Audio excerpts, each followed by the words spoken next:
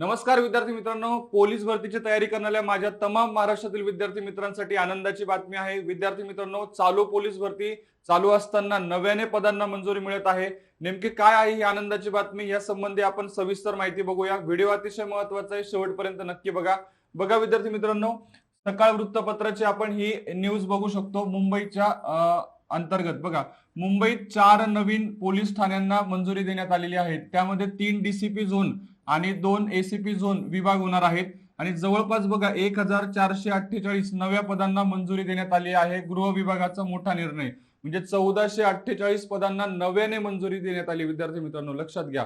आणि त्या अनुषंगाने जवळपास बघा आता मुंबईमध्ये 4 नवीन पोलीस ठाणी या ठिकाणी होणार आहेत। गृह विभागाने निर्णय घेतला आहे, त्या संबंधीची मुख्यमंत्र्यांनी घोषणा देखील केलेली आहे। विद्यार्थी मित्रांनो, अतिशय महत्त्वाची बातमी आहे बघा। आता सविस्तर आपण वृत्त बघूया। मुंबईतील वाढती गुन्हेगारी नियंत्रणाच्या समस्येवर तोडगा काढण्यासाठी महाराष्ट्र गृह विभागाने एक मोठा निर्णय घेतला आहे। 4 नवीन पोलीस ठाणी आणि 2 नवीन डीसीपी झोन स्थापन करण्यात येणार आहे आणि त्याच अनुषंगाने 1448 नव्या पदांना मंजुरी देण्यात आली आहे। मुंबई सोबतच इतर ठिकाणी सुद्धा विद्यार्थी मित्रांनो नव्याने पोलीस ठाणे निर्माण करण्यात येतील आणि त्या ठिकाणी सुद्धा नव्याने पोलीस भरती होणार आहे। बघा लवकरच साधारणतः 10,000 प्लस जागा येऊ शकतात। विद्यार्थी मित्रांनो, जेही विद्यार्थी मित्र माझे पोलीस भरतीची तयारी करतायत त्यांनी अभ्यास सुरू ठेवायचा आहे।